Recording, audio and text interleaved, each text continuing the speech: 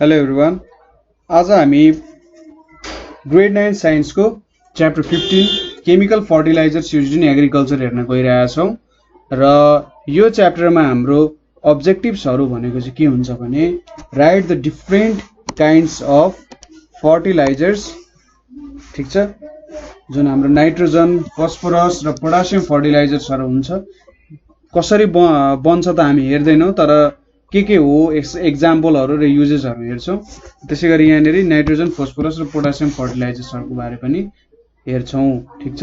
So सुरुमा हामीले हेर्नुपर्ने कुरा के हो त भन्दा फर्टिलाइजर्स भनेको के हो त। सो यहाँनेरि अलिकति एउटा डिफिनेसन छ, मैले थोरै यसलाई जुम आउट गरेँ। सो फर्टिलाइजर्स भनेको चाहिँ essential minerals or substances rich in nutrients which are used in soil to increase its fertility and productivity of crops. So fertilizers भनेको चाहिँ कस्तो रहेछ त भन्दाखेरि एसेन्सियल मिनरल्स अर सब्सटेन्सेस छैन, एउटा केही सब्सटेन्स अथवा न्युट्रिएन्ट्स रहेछ, मिनरल्स अर सब्सटेन्स रहेछ जुन चाहिँ रिच इन न्युट्रिएन्ट्स हुन्छ, पोषक तत्त्वले भरित हुन्छ र यसले के गर्छ त सोइलको फर्टिलिटी इन्क्रिज गराउँछ, प्रोडक्टिभिटी अफ क्रप्स इन्क्रिज गर्छ। जसरी हामी खानाहरू खान्छौँ, फलफुलहरू, दुधहरू खान्छौँ नि, हो त्यसले के गर्छ त हाम्रो शरीरलाई हृष्टपुष्ट राख्छ, बलियो बनाउँछ, रोगहरूसँग लड्ने क्षमता बनाउँछ नि। त्यसरी नै फर्टिलाइजर्सहरूले पनि के गर्ने रहेछन् त यो प्लान्ट्सहरूलाई ग्रो गराउने, त्यसै गरी यसको प्रोडक्टिभिटी बढाउने हो त्यस्तो काममा युज हुँदो रहेछ, ठिक छ। फर्टिलाइजर्सको डिफिनेसन भयो है यो। अब त्यसपछि हामीसँग generally two types of fertilizers हुन्छ, अर्ग्यानिक फर्टिलाइजर्स र इनअर्ग्यानिक फर्टिलाइजर्स हुन्छ, ठिक छ। सो अर्ग्यानिक फर्टिलाइजर्सलाई चाहिँ मेन्युर्स पनि भनिन्छ र इनअर्ग्यानिक भनेको चाहिँ केमिकल फर्टिलाइजर्सहरू पनि भनिन्छ, ठिक छ। अर्ग्यानिकलाई मेन्युर्स र इनअर्ग्यानिकलाई केमिकल भनिन्छ। सो अब अर्ग्यानिक फर्टिलाइजर्स भनेको के हो त The substances obtained from the decomposition of excreta of animals, plants, residue, ठीक छ, RESIDUE, residue, dead bodies of organisms, litter, straw, poultry droppings, etc. are organic fertilizers. So organic fertilizers भनेको चाहिँ कस्तो हो भन्दाखेरि सपोज जुन प्लान्ट्स र एनिमल्सबाट obtain गरिन्छ, ठिक छ। प्लान्ट्स र एनिमल्सबाट के अब्टेन गर्न सकिन्छ, जस्तै एक्सक्रिटा अफ एनिमल्स भनेको जनावरहरूको मलमूत्र, त्यसै गरी प्लान्ट रेजिड्यू भनेको जस्तै झारहरू हामी उखेल्छौँ नि, झारहरू उखेल्ने, त्यसै गरी पत्ताहरू हुन्छ नि, हो त्यस्तो कुराहरू। डेड बडिज अफ अर्गानिजम्सहरूको मृत शरीरबाट, लिटर भनेपछि उसको विष्टबाट, त्यसै गरी स्ट्र भनेको पराल, पोल्ट्री ड्रपिङ्स भनेको जस्तै हाम्रो कुखुराहरू, चराहरूको विष्टबाट हामीले जे सब्सटेन्सहरू पाउँछौँ र त्यसलाई डिकम्पोज गर्छौँ जब हामी, त्यहाँबाट हामीले के निकाल्न सक्छौँ, अर्ग्यानिक फर्टिलाइजर्स। अर्ग्यानिक फर्टिलाइजर्स भनेको जे होस् प्लान्ट्स र एनिमल्सबाट बनाउन सक्ने फर्टिलाइजर्स हो, ठिक छ। के गर्न सकिन्छ त्यहाँबाट। सो यहाँनेरि दुई तरिकाले बनाउन सकिन्छ फर्टिलाइजर्स, एरोबिक मेथड र एनारोबिक मेथड। धेरै हामी डिस्क्राइब त गर्दैनौँ, जस्ट हामीले के हो भनेर बुझे हुन्छ। सो एरोबिक मेथड भनेको चाहिँ के गरिन्छ त भन्दा हामीले प्लान्ट्स र एनिमल्सको जुन रेजिड्यू छ नि, ठिक छ, मैले रेजिड्यू गरेँ, प्लान्ट्स र एनिमल्सबाट जुन रको कुराहरू हामी पाएको छौँ त्यसलाई चाहिँ के गरिन्छ त लिमिटेड अक्सिजन राखिन्छ, ठिक छ। एकदमै अक्सिजन कम हुने ठाउँमा राखिन्छ त्यसलाई, ठिक छ, बुझ्नुभयो त। लिमिटेड अक्सिजन हुने ठाउँमा त्यो रेजिड्यूलाई राखिन्छ। त्यो रेजिड्यूबाट जब हामी त्यसलाई लिमिटेड अक्सिजनमा राख्छौँ त्यसले large amount of methane produce गर्छ है। के गर्ने रहेछ, large amount of methane gas. Methane भनेको तपाईँको ग्यासहरूमा युज हुने आदि इत्यादि कुरा, एकदमै नराम्रो स्मेल हुन्छ। यो स्मेल भनेको चाहिँ पन्जेन्ट स्मेल भन्छ यसलाई है। सो एकदमै पन्जेन्ट स्मेल बनाउँछ। यदि हामीले लार्ज एमाउन्टमा त्यो रेजिड्यूलाई राख्यौँ लिमिटेड अक्सिजनमा भने के गर्छ त पन्जेन्ट स्मेल दिन्छ। सो यो ठुलो रेजिड्यूलाई चाहिँ हामी के गर्छौँ, सानो रेजिड्यू बनाउँछौँ र राखेर के गर्छौँ, त्यसलाई लिमिटेड अक्सिजनमा राख्छौँ। सो यसपछि के भयो त लार्ज एमाउन्ट अफ मिथेन पनि प्रोड्युस भएन। तपाईँले सोध्न सक्नुहुन्छ किन large amount of methane produce भयो नि, के हुन्छ होइन। सो धेरै एमाउन्ट अफ मिथेन प्रोड्युस हुनु भनेको ग्रिन हाउस ग्यास निक्लिनु। ग्रिन हाउस ग्यासले के गर्छ त भने हिटलाई तान्छ तर हिटलाई बाहिर जान दिँदैन, ठिक छ। हिटलाई तान्छ तर हिटलाई बाहिर जान दिँदैन।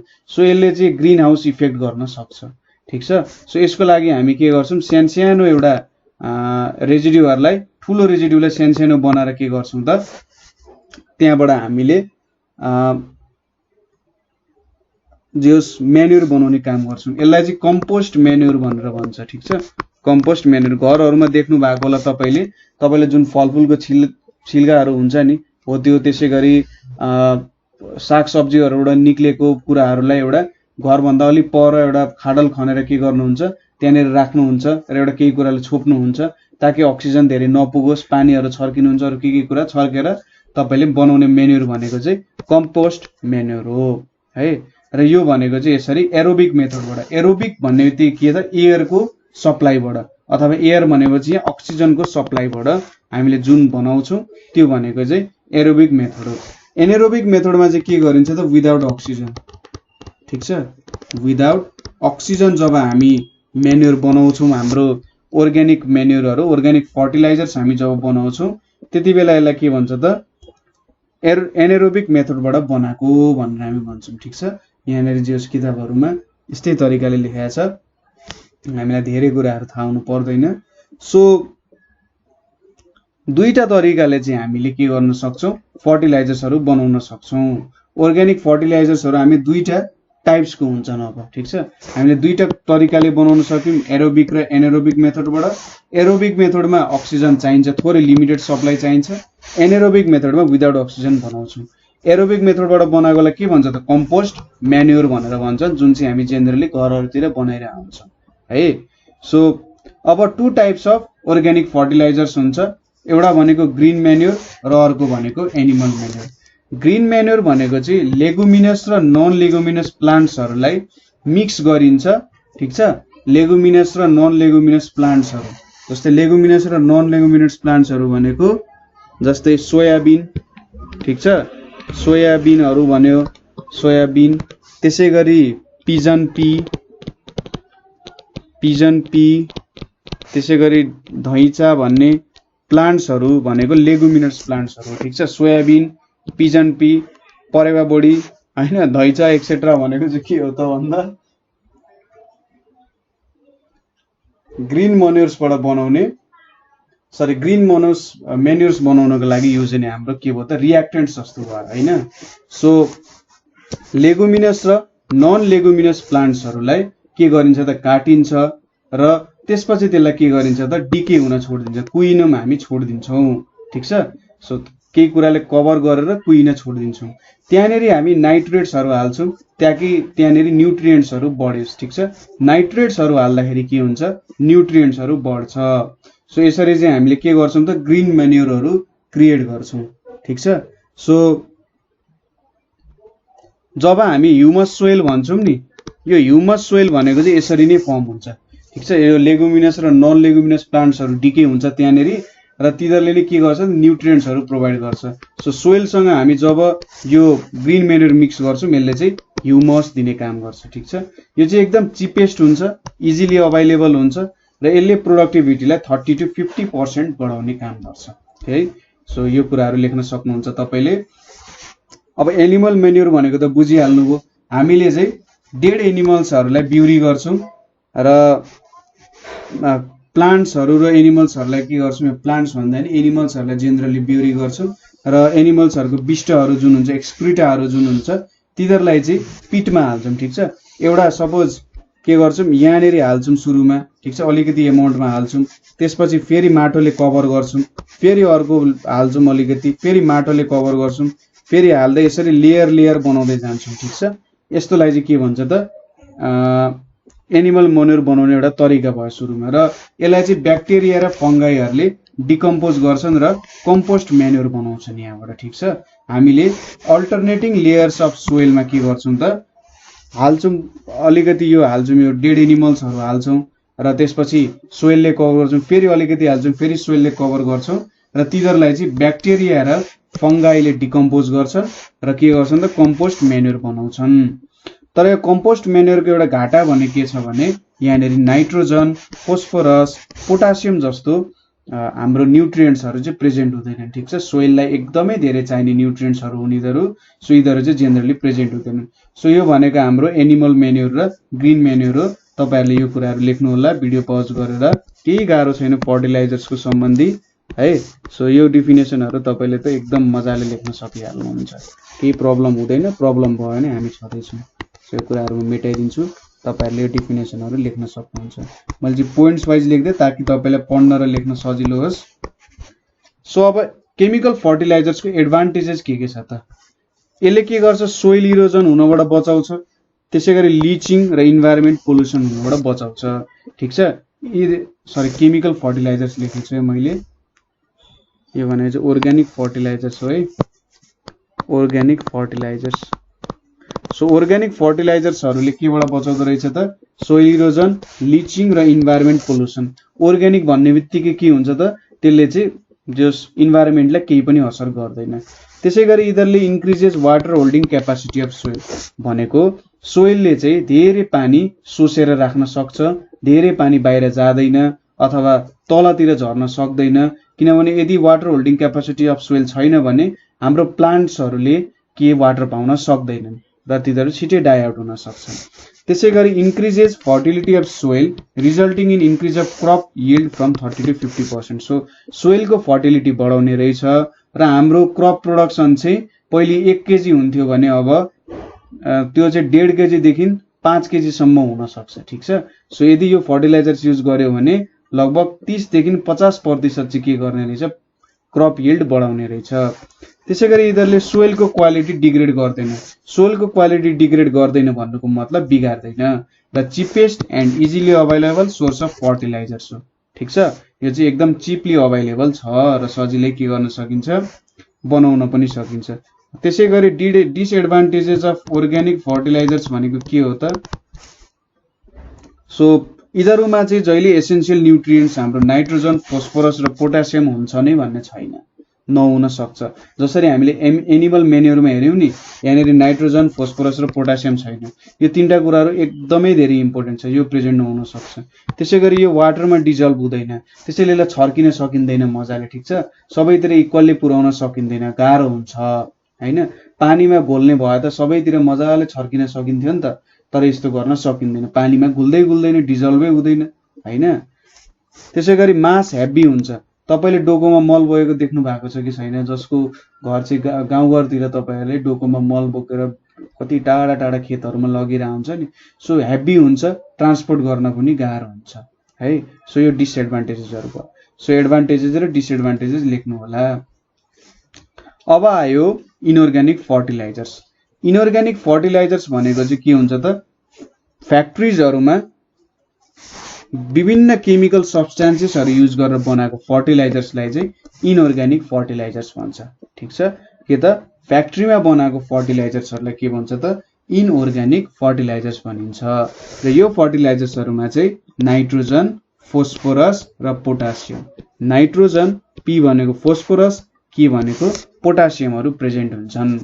जेनरली हाम्रो जुन प्लान्ट्सहरु छ तिनीहरुलाई 16 वटा पोषक तत्वहरु चाहिन्छ, 16 न्युट्रिएन्ट्स चाहिँ चाहिएको हुन्छ। र त्यो 16 वटा न्युट्रिएन्ट्सहरुमा दुईटा चाहिँ तिनीहरुले हावाबाट पाउँछन्, एउटा पानीबाट र 13 वटा चाहिँ केबाट पाउँछन् त? सोइलबाट पाउँछन्। ठीक छ? दुईटा हावाबाट, एउटा पानीबाट र 13 चाहिँ माटोबाट पाउने रहेछन्। सो तिनीहरुलाई चाहिँ दुईटा भागमा विभाजन गरिएको छ।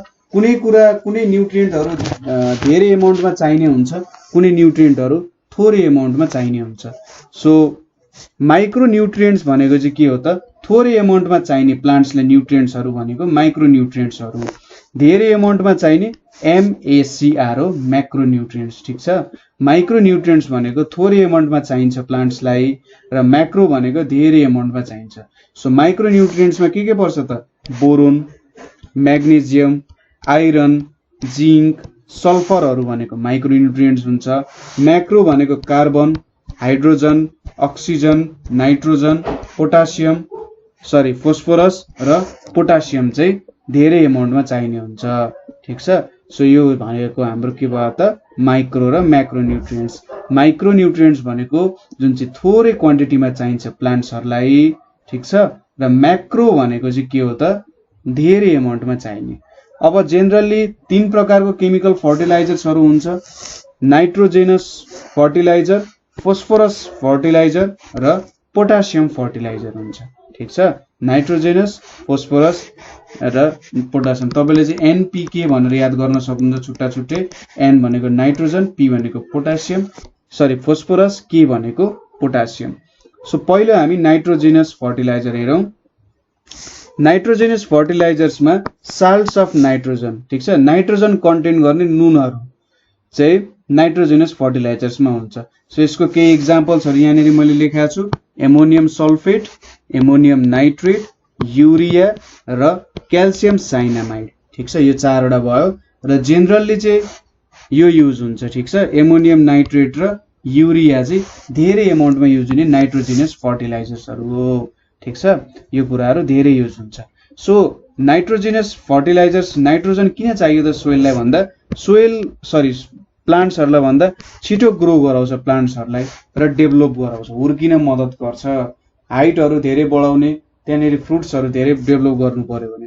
त्यसै गरी large amount of protein, protoplasm र क्लोरोफिल फर्म गराउन मद्दत गर्छ। प्रोटिन धेरै एमाउन्टमा भयो भने प्लान्ट्स धेरै ग्रो हुन सक्छ।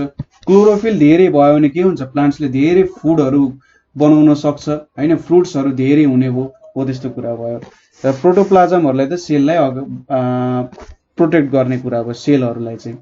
र helps to increase yield of crops, crops चाहिँ धेरै एमाउन्टमा प्रोडक्सन गर्न मद्दत गर्छ। सो तपाईलाई कसैले सोध्यो कि नाइट्रोजन भएन भने के हुन्छ त प्लान्ट्समा सोध्यो भने ठ्याक्कै यसको उल्टो लेखिदिने। नाइट्रोजन भएन भने प्लान्ट्स छिटो बढ्न सक्दैन, लेट ग्रोथ हुन्छ र प्लान्ट्स डेभलप हुन सक्दैन। त्यसै गरी large amount of protein, protoplasm र क्लोरोफिल बनाउन सकिँदैन, यिल्ड अफ क्रप्स पनि डिक्रिज हुन्छ। ठ्याक्कै यसको उल्टो लेखिदिने, इन्क्रिजलाई डिक्रिज बनाउने, लार्जलाई स्मल बनाउने, हेल्प्सहरू हटाइदिने, प्रमोट्सलाई डिमोट्स लेखिदिँदा हुन्छ। ठिक छ, प्रमोट्स भनेको माथि बढाउने, डिमोट भनेको के हो त घटाइदिने। ठ्याक्कै यसको उल्टो लेखेपछि तपाईँको डिफिसियन्सी पनि हुन्छ। सो डिफिसियन्सी पनि लेख्ने। ठिक छ, डिफिसियन्सी अफ नाइट्रोजन पनि तपाईँले चाहिँ आफ्नो पोइन्ट्सहरूमा इन्क्लुड गर्नुपर्ने हुन्छ है। सो यही तीनटा कुराहरूलाई तपाईँले उल्टो लेखेपछि डिफिसियन्सी भइहाल्छ। अब अर्को चाहिँ हाम्रो फोस्फोरस फर्टिलाइजर। फोस्फोरस फर्टिलाइजर्स भनेको चाहिँ फर्टिलाइजर्स जुनले फोस्फोरस कन्टेन गर्छ है। सो यहाँनिर सर्टेन इक्जाम्पलहरू छन्। Ammonium phosphate, triple super phosphate. ठिक छ, यहाँनिर यो चाहिँ 3CA ब्र्याकेट हो है, तपाईँले सी जस्तो सोच्नु होला, यो चाहिँ हाम्रो ब्र्याकेट हो, यो ब्र्याकेट चाहिँ H2PO4 होल ट्वाइस हो है। त्यसै गरी क्याल्सियम सुपर फोस्फेट होइन, अलिकति डिफ्रेन्ट छ। एमोनियम डाइहाइड्रोजन फोस्फेट, यसलाई चाहिँ एमोफस पनि भनेर भन्छ, एमोफस। यो रियाक्सन्सहरू भयो अथवा बोन मिल। ठिक छ, योहरू भनेको हाम्रो जेनरली युज हुने फोस्फोरस फर्टिलाइजर्सको इक्जाम्पल्सहरू हो। अब यसको फङ्सन्स के छ त, यसले प्लान्ट्सलाई प्रपर ग्रोथ र रुट्सलाई डेभलप गराउने काम गर्छ। ठिक छ, जराहरूलाई मजाले विकास गराउँछ यसले। त्यसै गरी प्लान्ट्समा रोग लाग्न दिँदैन। जसरी मान्छेहरूलाई रोग लाग्छ, बिरुवाहरूमा पनि धेरै प्रकारको रोग लाग्न सक्छ र त्यो कुरालाई चाहिँ हामीले जब के अरे हाम्रो फोस्फोरस युज गर्छौँ, फोस्फोरस युज गरेपछि रेजिस्टेन्ट टु डिजिजेस हुन्छ। त्यसै गरी यसले चाहिँ क्रप्सलाई मेच्योर हुन र सिड फर्मेसन हुन पनि मद्दत गराउँछ। ठिक छ, के हुने रहेछ त, यसले चाहिँ क्रप्सलाई मजाले ग्रो गराउन, एकदम हलक्क बढाउन मद्दत गर्छ र सिड फर्मेसन। ठिक छ, दानाहरू जुन हुन्छ नि, त्यो दानाहरू भनेको त रुख बिरुवाको छोराछोरी हो, छोराछोरी अरू छोराछोरी जन्माउनको लागि दानाहरू बनाउँछन्। सो दाना फर्मेसन पनि मद्दत गर्छ। त्यसै गरी helps to resist diseases, disease लाग्न पनि दिँदैन।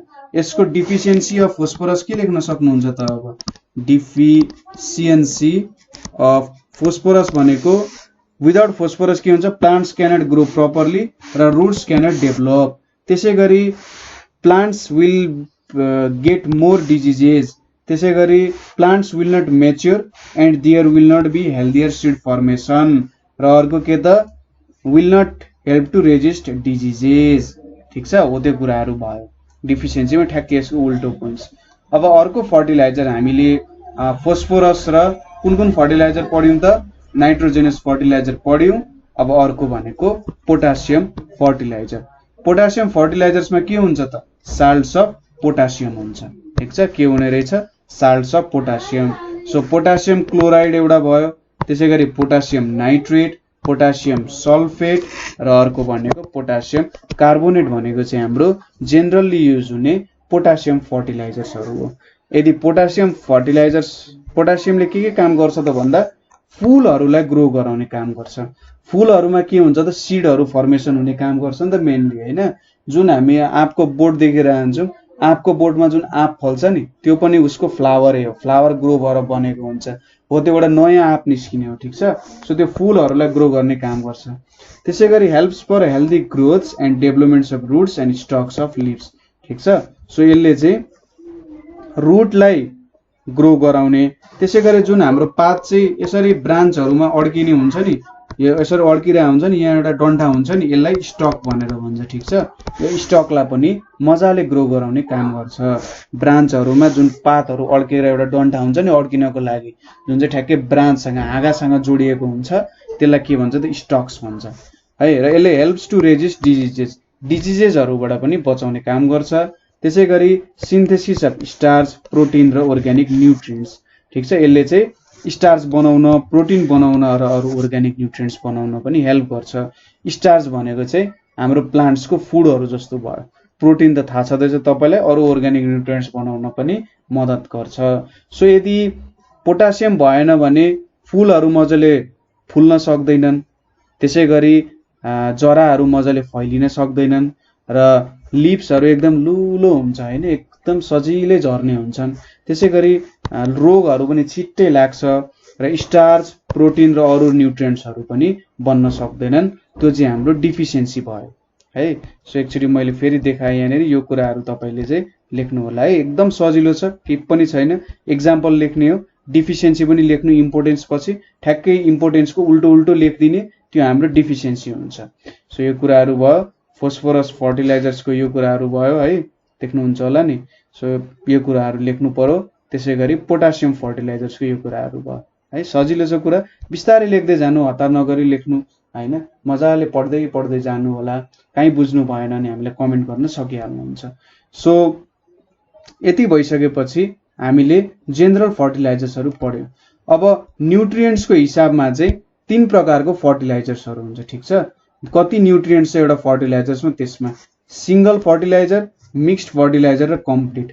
सो सिंगल फर्टिलाइजर्स भनेको कुनै एउटा प्राइमरी न्युट्रिएन्ट हुन्छ, कि त नाइट्रोजन हुन्छ, कि त फोस्फोरस हुन्छ और पोटासियम, तीनटामा एउटा कुनै हुन्छ भने त्यो भनेको चाहिँ के भयो त सिंगल फर्टिलाइजर। सिंगल फर्टिलाइजर्सको एक्जाम्पल यिनीहरू नै हो नि, पोटासियम क्लोराइड, पोटासियम नाइट्रेट भनेको सिंगल फर्टिलाइजर भयो। त्यसै गरी हाम्रो बोन मिल, त्यसै गरी एमोनियम फोस्फेट भनेको सिंगल फर्टिलाइजर्स। त्यसै गरी यहाँनिर युरियाहरू भनेको सिंगल फर्टिलाइजर्सहरू भयो हैन। यिनीहरूमा चाहिँ के छ त एउटा मात्रै एलिमेन्ट छ, युरियामा यसले नाइट्रोजन मात्रै दिन्छ, त्यसै गरी एमोनियम फोस्फेटमा फोस्फोरस मात्रै दिन्छ र पोटासियम क्लोराइडमा पोटासियम मात्रै दिन्छ। सो यस्तो फर्टिलाइजर जुनमा एउटा मात्रै न्युट्रिएन्ट हुन्छ त्यो भनेको के भयो त सिंगल फर्टिलाइजर। अनि अर्को छ मिक्स्ड फर्टिलाइजर। मिक्स्ड फर्टिलाइजर्समा चाहिँ के हुन्छ त एउटा भन्दा ज्यादा न्युट्रिएन्ट्स हुन सक्छ, जस्तै कि त N2 र P मात्रै हुन सक्छ, अथवा PK हुन सक्छ, अथवा N2K हुन सक्छ। यस्तो खालको फर्टिलाइजर्स भयो भने मिक्स्ड फर्टिलाइजर्स भन्छ। जस्तै यसको एक्जाम्पल भनेको चाहिँ एमोनियम के हुन्छ त एमोनियम हाइड्रोजन फोस्फेट। ठिक छ, एमोनियम हाइड्रोजन फोस्फेट चाहिँ यसको एक्जाम्पल हुन सक्छ। ठिक छ, so ammonium hydrogen phosphate NH अनि यहाँनिर potassium, ammonium hydrogen phosphate potassium. So NH4 2 PHPO4। ठिक छ, यो पोटासियम चाहिन्न होला है, सरी।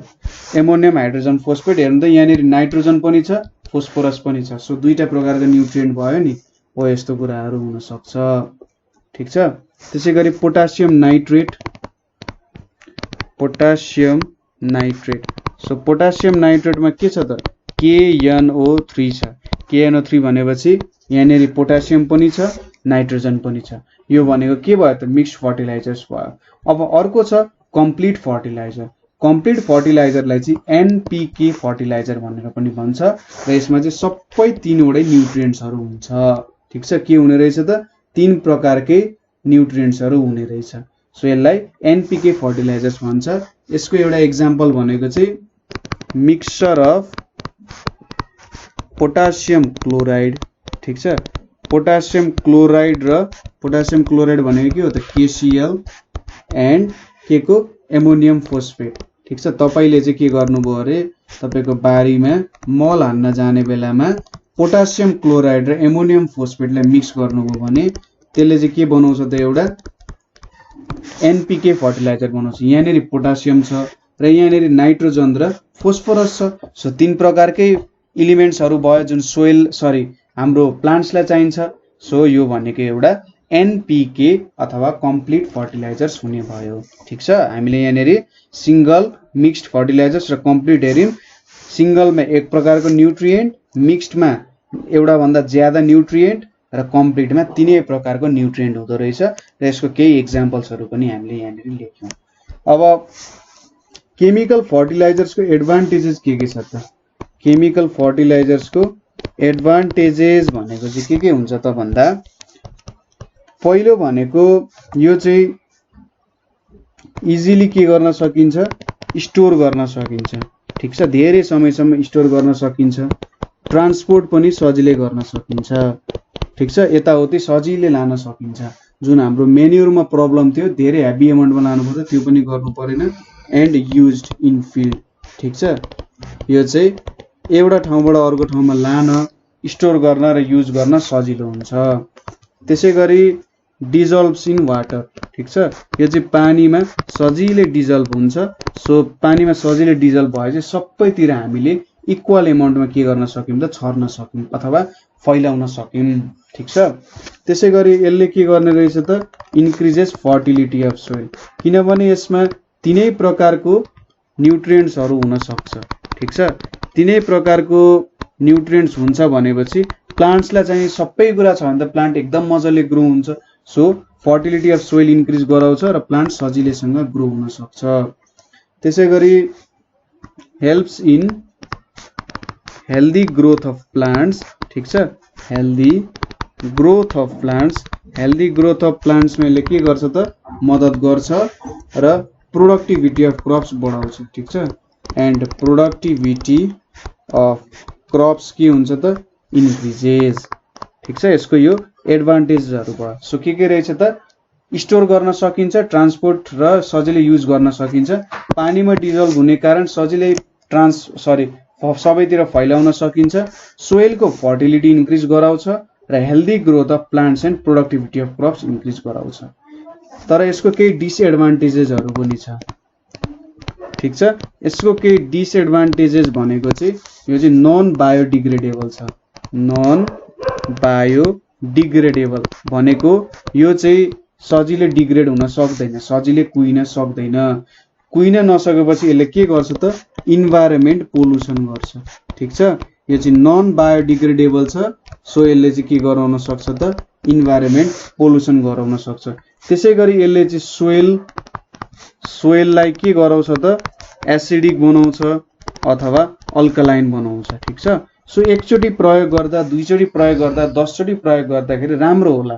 तर त्यसपछि के गराउँछ त यसले सोइललाई एसिडिक अल्कलाइन बनाउँछ। त्यसैले लामो समयसम्म हामीले युज गर्यौं भने के हुन्छ त हाम्रो सोइल नै बिग्रिन सक्छ है। त्यसैले केमिकल फर्टिलाइजर्सहरु युज गर्दाखेरि हामीले चाहिँ धेरै ध्यान पुर्याउनु पर्ने हुन्छ। यसले चाहिँ हाम्रो स्वास्थ्यमा पनि प्रतिकूल असर गर्न सक्छ हैन। यदि यो हाम्रो शरीरले लियो भने हामीले विभिन्न प्रकारको रोगहरु लाग्न सक्छ है। र यस्तो कुराहरुमा हामीले धेरै ध्यान पुर्याउनु पर्ने हुन्छ र यसले हाम्रो इन्भाइरोमेन्टमा पनि धेरै असर पुर्याउँछ। सो धेरै प्रोड्युस गर्नु भन्दा पनि राम्रो प्रोड्युस गर्ने हैन, सबैतिर राम्ररी प्रोड्युस गर्न त सबैलाई पुगिहाल्छ नि। पृथ्वीमा यति जना मान्छेलाई धानिरहेछ, अझैसम्म धानिरहेछ भनेपछि पृथ्वीमा सबै पुग्ने कुराहरु छ। मान्छेले चाहिँ मैले धेरै खान्छु, मैले धेरै लाउँछु भन्ने सोच हटाएर हैन सबै कुरा राम्ररी गर्यो भने के हुन्छ त सोइलको पोल्युसन हुँदैन। यसरी बायोडिग्रेडेबल नन बायोडिग्रेडेबल कुराहरु युज गरेर सोइललाई डिग्रेड पनि हुँदैन। अब के हामी मात्रै खाने त हाम्रो पछिको सन्ततिहरु नखाने त हो? त्यस्तो क्वेशनहरु चाहिँ तपाईहरुले पनि अहिलेदेखि नै सोच्नु पर्छ है, ताकि पछिको लागि हुने गरी पनि हामीले सोच्नु पर्यो। हामीले ठीक छ हाम्रो लागि खानु त्यो हाम्रो नैतिक अधिकार हो, तर अरूलाई असर नगरी खाने त्यो हो नि त ठुलो कुरो भनेको हैन। त्यो कुराहरु बारे पनि सोच्नु पर्ने हुन्छ। सो यहाँनेरि हामीले आज फर्टिलाइजर्सहरुको बारेमा पढ्यौं हैन। फर्टिलाइजर्सको डेफिनेसन हेर्यौं। त्यसैगरी अर्ग्यानिक फर्टिलाइजर र इनअर्ग्यानिक हुँदो रहेछ। अर्ग्यानिक फर्टिलाइजर एरोबिक मेथड र एनारोबिक मेथडबाट बन्दो रहेछ। एरोबिक मेथडमा केही अमाउन्ट अफ अक्सिजन हुन्छ, एनारोबिकमा अक्सिजन हुँदैन। र two types of organic fertilizers, green manures र एनिमल म्यान्युर्स। यदि लेगुमिनस र नन लेगुमिनस प्लान्ट्सहरुलाई काटेर त्यसलाई चाहिँ डिके गरायौं, कुयायौं र केही न्युट्रिएन्ट्सहरु हाल्यौं भने यसले के बनाउँदो रहेछ त ग्रीन म्यान्युर बनाउँदो रहेछ। सजिलै बन्छ, यो इजिली एभाइलेबल छ र यसले चाहिँ 30 देखि 50% सोइलको प्रोडक्टिभिटी बढाउने रहेछ। एनिमल म्यान्युर्सहरु भनेको चाहिँ डेड एनिमल्सहरुबाट बनाइन्छ हैन। र यो चाहिँ लेयर गर्दै हालिने रहेछ र यसलाई चाहिँ ब्याक्टेरिया र फंगाइहरुले डिकम्पोज गरेर कम्पोस्ट म्यान्युर बनाउने रहेछन् र यसमा चाहिँ न्युट्रिएन्ट्सहरु हुँदैन। र यहाँनेरि हामीले एडभान्टेजेस र डिसएडभान्टेजेसहरु हेर्यौं र इनअर्ग्यानिक फर्टिलाइजर्सहरुको बारेमा पनि हेर्यौं। 3 प्रकारको हुँदो रहेछ, नाइट्रोजिनस, फोस्फोरस र पोटासियम। र त्यसपछि यिनीहरुको के रहेछ डेफिनेसन र एक्जाम्पल्सहरु हेर्यौं र इम्पोर्टेन्सहरु पनि हामीले हेर्यौं। सो मलाई लाग्छ तपाईहरुले बुझ्नुभयो होला, एकदम सजिलो च्याप्टर छ। के बुझ्नु भएन कमेन्ट गर्न सक्नुहुन्छ र हाम्रो ग्रुप नेपाल अनलाइन स्कुलमा तपाई जोइन हुन सक्नुहुन्छ, जहाँनेरि तपाई जस्तै स्टुडेन्टहरु चाहिँ आफ्नो प्रब्लम्सहरु सल्भ गर्न सकिराख्नु भएको छ। मेन्टर्सहरुसँग मिलेर, आफ्नै फ्रेन्ड्सहरुसँग मिलेर प्रब्लम्सहरु सल्भ गरिराख्नु भएको छ हैन। नयाँ जस तरिकाले के गर्न सकिन्छ, कसरी प्रब्लम्सहरु सल्भ गर्न सकिन्छ, त्यो स्किलहरु गेन गरिराख्नु भएको छ। सो तपाई पनि त्यो मौका नगुमाउनुहोस्, नेपाल अनलाइन स्कुलको ग्रुपमा जोइन हुनुहोस्। अरु केही कुरा सोध्न मन लाग्यो तपाईले 98 495 95 895 मा कन्ट्याक्ट गर्न सक्नुहुन्छ। सो आजको लागि यति नै। Thank you for watching.